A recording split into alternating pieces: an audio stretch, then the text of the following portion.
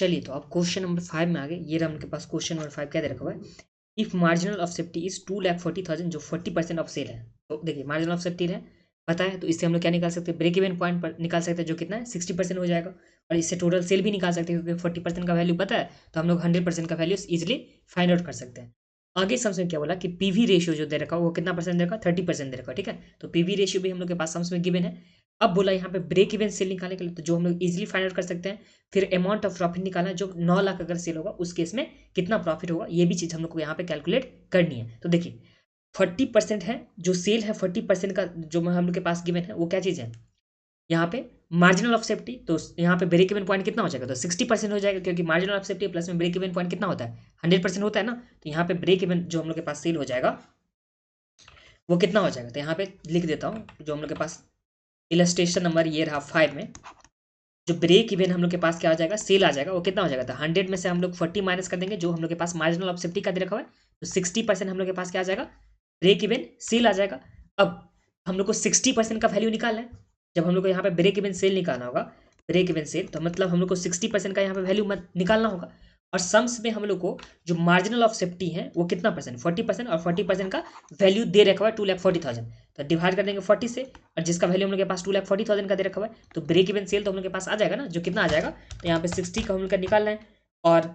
जो 2,40,000 है और 40 का मालूम है तो डिवाइड कर देंगे 40 से, तो हम लोग के पास जो ब्रेक इवन सेल आ जाएगा वो आ जाएगा 3,60,000। और जो हम लोग के पास कौन से वाले फॉर्मूला से, तो हम लोग को जो निकालना होता है तो न्यूमरेटर में रखते थे, जिसका वैल्यू पता होता है डिनोमिनेटर में, उसके वैल्यू से मल्टीप्लाई करते हैं, तो ये हम लोग के पास आ गया ब्रेक इवन सेल आ गया। ठीक है, तो ये हम लोग के पास फर्स्ट पार्ट हो गया। फिर हम लोग के पास पीवी रेशियो दे रखा जो कितना परसेंट, 30% दे रखा हुआ है। तो देखिए अमाउंट ऑफ प्रॉफिट निकाला जो कितना 9 लाख जब यहाँ पे सेल होगा उस केस में हम लोग को यहाँ पे अमाउंट ऑफ प्रॉफिट निकालना होगा। तो देखिए जब पीवी रेशियो में सेल से मल्टीप्लाई करें तो हम लोग के पास कंट्रीब्यूशन आ जाता है, इसमें तो कोई शक नहीं है आप लोग को। तो जब कंट्रीब्यूशन में से फिक्स कॉस्ट माइनस करेंगे तभी तो प्रॉफिट आएगा ना, तो इसके लिए तो फिक्स कॉस्ट निकालना होगा। और ब्रेक इवन हम लोग के पास सेल दे रखा हुआ है, मतलब ब्रेक इवन सेल के लिए हम लोग के पास यहाँ पे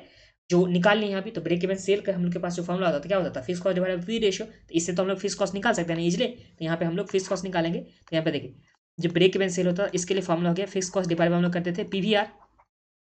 ब्रेक इवन सेल यहाँ पे 3,60,000 है, और जो पीवीआर है वो हम लोग के पास समझ 30% गिवन है, तो इंटू कर देंगे 30%, तो हम लोग के पास क्या आ जाएगा फिक्स कॉस्ट। जो इस केस में फिक्स कॉस्ट कितना आ जाएगा, ये आ गया 3,60,000, इसमें मल्टीप्लाई कर देंगे 30%, तो ये आ गया हम लोग के पास 1,08,000 का हम लोग के पास क्या आ जाएगा फिक्स कॉस्ट यहाँ पे आ जाएगा। ठीक है, अब फिक्स्ड कॉस्ट आ गया तो हम लोग इजिली यहाँ पे निकाल सकते हैं जो प्रॉफिट का पार्ट होगा। तो देखिए कॉन्ट्रीब्यूशन निकालने के लिए 9 लाख का हम लोग के पास सेल गिवन है, और जो हम लोग के पास पीवी रेशियो गिवन है वो कितना, 30% हम लोग के पास पीवी रेशियो गिवन, तो हम लोग कंट्रीब्यूशन इजिली फाइंड आउट कर सकते हैं। क्यों, क्योंकि देखिए जो हम लोग के पास पीवी रेशियो का फॉर्मूला आता था कंट्रीब्यूशन बाय सेल इंटू 100, तो कंट्रीब्यूशन निकाले तो यहाँ पे सेल इंटू पीवी रेशियो तो मल्टीप्लाई हो जाएगा ना, तो यही चीज़ हम लोग यहाँ पे किया। 9 लाख का सेल रखा था, इसमें पीवी रेशियो से मल्टीप्लाई कर दिया तो कंट्रीब्यूशन आ गया, जो इस केस में कितना आ जाएगा, तो यहाँ पे 9 लाख का 30% करेंगे तो आ जाएगा हम लोग के पास 2,70,000, तो 2,70,000 का हम लोग के पास क्या आ गया कॉन्ट्रीब्यूशन आ गया। इसमें से फिक्स कॉस्ट को माइनस करेंगे जो कितना है 1,08,000, तो हम लोग के पास क्या आ जाएगा प्रॉफिट आ जाएगा। तो यहाँ पे नीचे करके लिख देता हूँ, इसमें से अगर माइनस कर देंगे क्या चीज़, जो फिक्स्ड कॉस्ट है, तो इस केस में कितना है, तो 1,08,000, तो हम लोग के पास प्रॉफिट आ जाएगा जो कितना आ जाएगा इस केस में प्रॉफिट, तो ये आ गया हम लोग के पास 270,000 में से 1,08,000 माइनस कर दे तो ये आ गया 162,000 का हम लोग के पास इस केस में प्रॉफिट आ गया। यहाँ पे चलिए लिख देते हैं 1,62,000 का इस केस में हम लोग के पास क्या आ गया, ये आ गया प्रॉफिट। ये भी पार्ट हम लोग का कंप्लीट हो गया। जो फर्स्ट नंबर पे हम लोग के पास बोला था इसमें प्रॉफिट निकालना था, तो प्रॉफिट हम लोग के पास कितना आ गया 162,000 का यहाँ पे प्रॉफिट आ चुका है। ठीक है, पहले हम लोग ब्रेक इवन सेल से निकालिए कि ब्रेक इवन सेल कितना हुआ, ब्रेक इवन सेल से फिर फिक्स कॉस्ट निकालिए, फिर हम लोग यहाँ पे फिक्स कॉस्ट यहाँ पे निकाले थे। कंट्रीब्यूशन के लिए हम लोग को सेल दे रखा हुआ था और कंट्रीब्यूशन का पीवीआर का परसेंटेज दे रखा था, तो हम लोग के पास यहाँ पे आ गया प्रॉफिट जो 162,000, और पहला पार्ट हम लोग का यहाँ पे कंप्लीट हो गया। अब इसे डिफरेंट वे में भी आप लोग बना सकते हो, तो आप लोग जैसे भी बना सकते हो, मतलब आपको फॉर्मूला को यहाँ पे क्या करना है, एक जो फॉर्मूला दे रखा हुआ है उस फॉर्मूला से यहाँ पे आप लोग को फाइंड आउट करना, तो आप लोग को जैसे भी करना है उस तरह से कर सकते हो, बुक के हिसाब से करते हो, अपने मन के हिसाब से कर सकते हो, और इस तरह से भी आप लोग कर सकते हो। ठीक है, क्योंकि एक फॉर्मूला से हम लोग डिफरेंट तरह से निकाल सकते हैं ना आंसर, वही चीज़ यहाँ पे। अब देखिए इसका सेकंड पार्ट में क्या दे रखा हुआ है, तो सेकंड पार्ट में आ जाइए आप लोग, क्या बोला x limited earn a contribution of 2 lakh, तो यहाँ पे कंट्रीब्यूशन हम लोग के पास गिवन है, फिर हम लोग के पास नेट प्रॉफिट भी गिवन है, तो कंट्रीब्यूशन नेट प्रॉफिट गिवन है जो 8 लाख के सेल पे, तो हम लोग को यहाँ पे क्या निकालना है, मार्जिनल ऑफ सेफ्टी। तो सेकंड पार्ट में जो हम लोग को निकालना है, क्या निकालना है, मार्जिनल ऑफ सेफ्टी। तो देखिए जब कंट्रीब्यूशन हम लोग के पास गिवन है प्लस में हम लोग के पास यहाँ पे सेल गिवन है, तो कंट्रीब्यूशन बाय सेल करते तो हम लोग के पास क्या आ जाता है, पीवीआर आ जाता है, और हम लोग के पास प्रॉफिट मालूम है, तो मार्जिनल ऑफ सेफ्टी का जो फॉर्मुला होता है क्या होता था, प्रॉफिट डिवाइड बाय क्या करते थे हम लोग, पीवीआर। तो हम लोग इस दोनों से पीवीआर पहले निकालेंगे और उसके बाद हम लोग सिंपली यहाँ पे मार्जिनल ऑफ सेफ्टी निकालेंगे। तो यहाँ पे बी वाले पार्ट में आ जाइए, तो सबसे पहले हम लोग निकालते हैं पीवीआर। तो ये क्या होता था, कंट्रीब्यूशन, तो कंट्रीब्यूशन हम लोग के पास 2 लाख का दे रखा हुआ है, सेल दे रखा हुआ है 8 लाख का, तो हम लोग डिवाइड करेंगे 8 लाख इंटू कर देंगे 100, तो हम लोग के पास जो आ जाएगा वो कितना आ जाएगा, ये आ जाएगा 2 लाख डिवाइड कर देंगे 8 लाख, तो हम लोग के पास आ गया 25% का पीवीआर। और जैसे 25% का पीवीआर आ गया तो हम लोग के पास मार्जिन ऑफ सेफ्टी का फॉर्मूला होता था प्रॉफिट, इसमें डिवाइड कर देते हैं हम लोग किसी से, तो यहाँ पे पीवीआर से, तो हम लोग के पास आ जाएगा प्रॉफिट है इस केस में कितना, तो 1,50,000, तो यहाँ पे 1,50,000 लिखेंगे, और जो पीवीआर है वो कितना गिवन है, तो हम लोग के पास है 25%, तो ये आ गया